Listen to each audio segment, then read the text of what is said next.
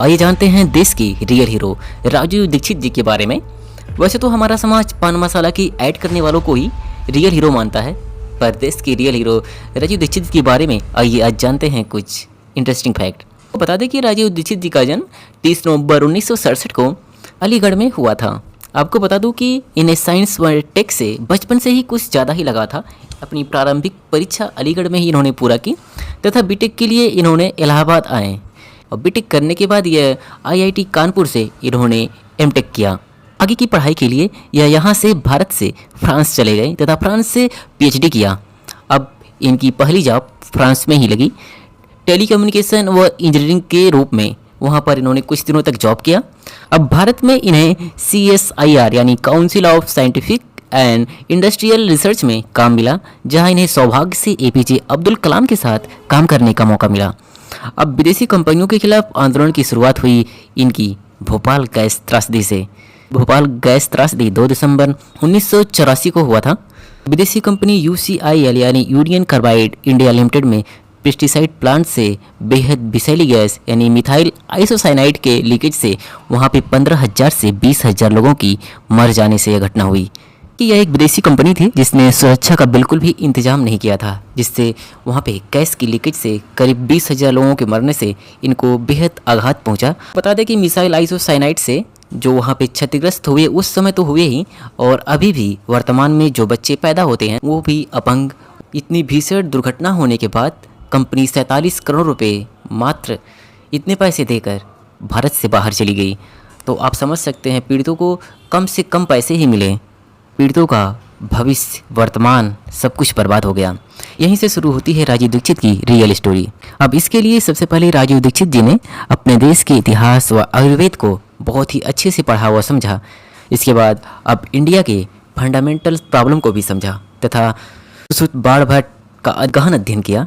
तत्रांग हृदयम सुश्रुत संहिता इनकी प्रसिद्ध बुक है, इसके बारे में कई बार बोला है। आती है बारी सन 1992 से इन्होंने विदेशी कंपनियों के खिलाफ, उनके बिजनेस के खिलाफ बोलना तेज़ी से शुरू कर दिया। आज़ादी बचाओ आंदोलन की शुरुआत की।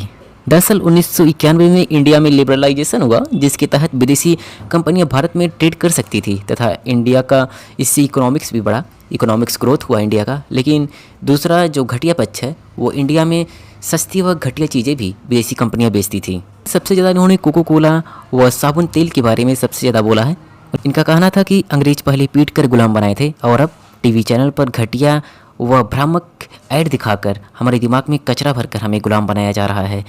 एग्जाम्पल के लिए आप हिंदुस्तान यूनिलीवर को ले लीजिए। यह एक ऐसी कंपनी है जो विदेश में शुरू हुई 30 लाख रुपए से मात्र, और आज करीब 5,000 करोड़ से ज़्यादा मुनाफा इंग्लैंड में लेकर जाती है। और ये बनाती क्या है?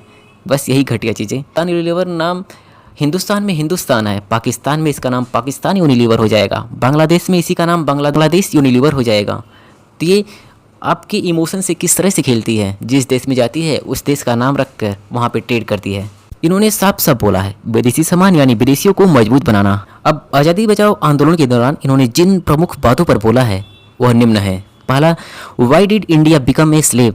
दूसरा है, हम आज़ादी के बाद गुलाम क्यों हैं। एलोपैथी की काली सच्चाई, इंडियन पॉलिटिक्स तथा भारत को सेल्फ डिपेंडेंट बनाने पर जोर दिया। उन्होंने कहा कि पॉम ऑयल, मैदा व शुगर से जितनी दूरी हो सके उतनी दूरी बनाइए। राजू दीक्षित जी ने खुद कहा, सबसे पहले यह जानना होगा कि क्या खाना है और क्या नहीं।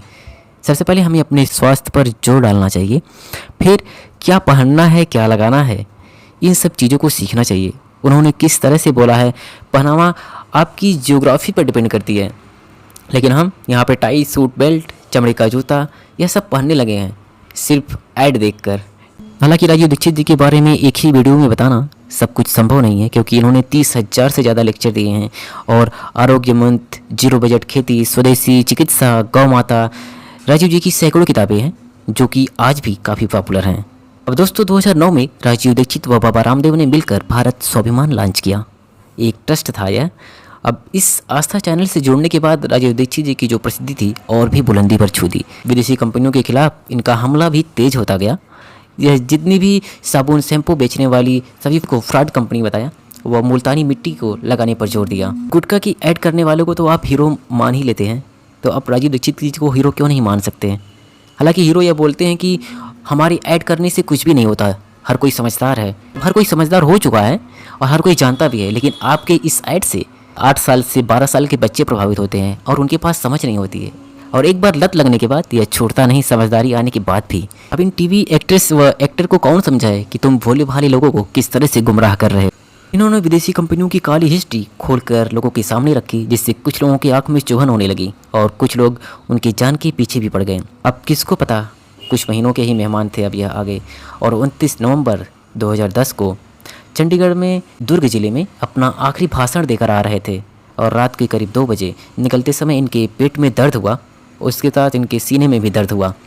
उसके बाद ये इन्हें अपोलो हॉस्पिटल ले जाया गया, जहां पर इन्हें मृत्यु घोषित कर दिया गया। मृत्यु के बाद इनका शरीर नीला पड़ गया, जबकि ऐसा तभी होता है जब आपको जहर दिया गया हो, और बिना पोस्टमार्टम के इनके शरीर को जला दिया गया।